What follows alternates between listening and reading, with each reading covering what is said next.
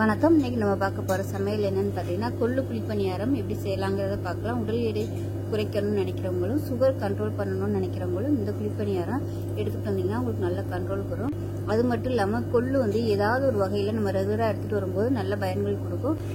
ஏற்கனவே கொள்ளு வச்சு நிறைய ரெசிபிஸ் போட்டிருக்கேன். ஸோ வாங்க இந்த அருமையான கொள்ளு குழிப்பணியாரம் எப்படி செய்யலாங்கிறத பார்க்கலாம். இப்போ இதில் பார்த்தீங்கன்னா ஒரு கப் அளவுக்கு, அதாவது ஒரு டம்ளர், நம்ம சாதாரணமாக டீ குடிப்போம் இல்லையா, 100 ml டம்ளர், அந்த டம்ளரில் ஒரு டம்ளருக்கு கொள்ளு எடுத்திருக்கேன். நீங்கள் மெஷரிங் பண்ணுறது எதில் வேணாலும் அளந்துக்குங்க, ஆனால் எல்லாமே அளக்கிறது ஒரே அளவாக அளந்துக்குங்க. ஒரு டம்ளருக்கு கொள்ளு ஊற வச்சுருக்கேன். அதே மாதிரி ஒரு டம்ளருக்கு பச்சரிசி, இது இட்லி பச்சரிசியோ இல்லை சாப்பாட்டு பச்சரிசி எதுனாலும் எடுத்துக்கோங்க. அது ஒரு டம்ளர் எடுத்திருக்கேன். அதே அளவுக்கு ஒரு டம்ளருக்கு சாதாரண இட்லி புழுங்கல் அரிசி எடுத்துக்கோங்க. நான் இட்லி புழுங்கல் அரிசிக்கு பதிலாக ரத்தசாலி அரிசி, அதாவது பாரம்பரிய ரத்தசாலி அரிசி எடுத்திருக்கேன். உங்கள்கிட்ட இது கிடைக்கல அப்படின்னு நினைச்சீங்கன்னா சாதாரண புழுங்கல் அரிசி சேர்த்துக்கோங்க. இது ஆப்ஷனல் தான். நான் வீட்டில் வச்சிருந்ததுனால அதை சேர்த்திருக்கேன். புழுங்கல் அரிசி சேர்க்கறது பதிலாக நான் இதை சேர்த்திருக்கேன். 1/4 டம்ளர் அளவுக்கு உளுந்தும் வெந்தயமும் ஊற வச்சிருக்கேன். இப்போ இது எல்லாமே நல்ல ஒரு 5 மணி நேரம் ஊறிடுச்சு. ஊறினதுக்கப்புறம் இதை நம்ம மிக்சியில் போட்டு அரைச்சிக்கலாம். அப்படி இல்லைன்னா கிரைண்டரில் கூட நீங்கள் போட்டு அரைச்சிக்கலாம். நான் இட்லிக்கு மாவு ஊற போட்டிருக்கேன். ஸோ அதனால் நான் இது எல்லாத்தையுமே கிரைண்டரில் தான் போட போகிறேன். இது எல்லாத்தையும் அரைச்சிட்டு பார்க்கலாம். ஒரு மிக்சி ஜார் எடுத்துக்கலாம். ஒரு 8 பல் பூண்டு சேர்த்துக்கலாம். மீடியம் சைஸாக ஒரு பெரிய வெங்காயம் கட் பண்ணி வச்சுருக்கேன். இதுக்கு பதிலாக ஒரு 10 சின்ன வெங்காயம் சேர்க்கறதுனாலும் சேர்த்துக்கலாம். இது கூடவே ஒரே ஒரு தக்காளி, அதையும் சேர்த்துக்கலாம். காரத்துக்கு தேவையான அளவு மிளகாத்தூள் சேர்த்துக்கலாம். நான் 1 டேபிள் ஸ்பூன் அளவு சேர்த்துருக்கேன். சின்னதாக நெல்லிக்காய் சைஸுக்கு புளி சேர்த்துக்கலாம். தேவையான அளவுக்கு உப்பு சேர்த்துக்கலாம். இப்போ இதை நல்லா அரைச்சிட்டு வந்துடலாம். தண்ணி ஊற்றணும்னு அவசியம் இல்லை. இப்போ நமக்கு சட்னி ரெடி ஆயிடுச்சு. இப்போ நம்ம தாளிச்சுக்கலாம். இப்போ இதில் தேவையான அளவுக்கு எண்ணெய் விட்டுக்கலாம்.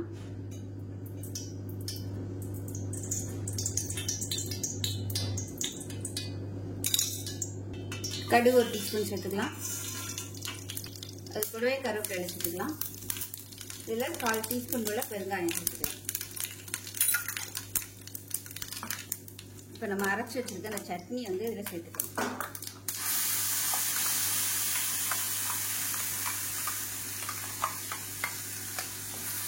நல்லா கலந்துட்டு பச்சை வாசனை போகிற அளவுக்கு மட்டும் லேசாக கொதிக்க விட்டால் போதும். ரொம்ப கொதிக்கணும்னு அவசியம் இல்லை. இப்போ நல்லா கொதிச்சிருச்சு, அமர்த்திடலாம்.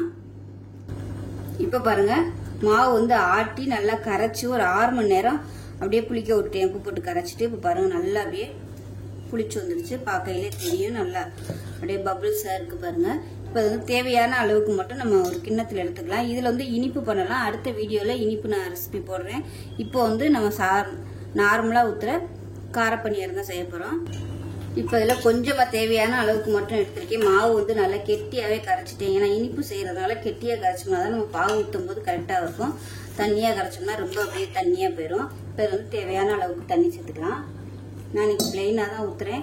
இதில் வேணும்னா நீங்கள் கடுகு, உளுந்து, சீரகம், வெங்காயம், கொத்தமல்லி, ஒரு சின்னதாக கேரட் ஒன்று துருவி போட்டு நல்லா வதக்கிவிட்டு இதில் கொட்டி பணியாரமாக ஊற்றுறதுனால ஊற்றிக்கலாம். பச்சை மிளகாலாம் போட்டு நான் இன்றைக்கி பிளெயினாக தான் ஊற்றுறேன். இப்போ பணியாரங்கள் நல்லா காஞ்சிடுச்சு. எல்லா குழியிலையும் கொஞ்சம் கொஞ்சமாக எண்ணெய் விட்டுக்கலாம்.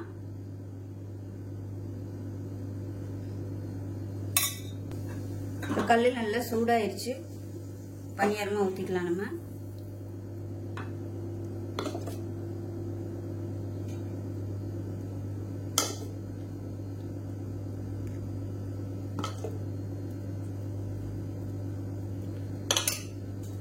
இதை மூடி வச்சுக்கலாம்.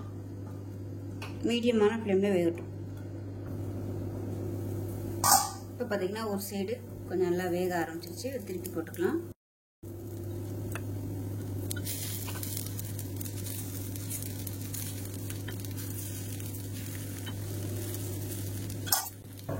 இப்போ நமக்கு பணியாரம் நல்லா 2 சைடு வெந்துருச்சு. எடுத்துடலாம்.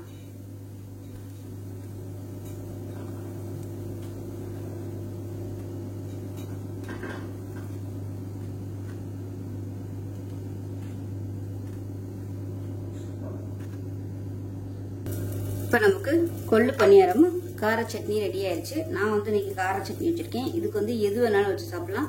இட்லி பொடி கூட வச்சு சாப்பிடலாம். ஸோ செஞ்சு பாருங்க. செஞ்சு பார்த்துட்டு எப்படி வந்துச்சுங்கிறத சொல்லுங்க. வீடியோ பிடிச்சுன்னா லைக் பண்ணுங்க, கமெண்ட் பண்ணுங்க, சேனலை சப்ஸ்கிரைப் பண்ணுங்க, பக்கத்தில் உள்ள பெல் பட்டனையும் ப்ரெஸ் பண்ணுங்க. நன்றி.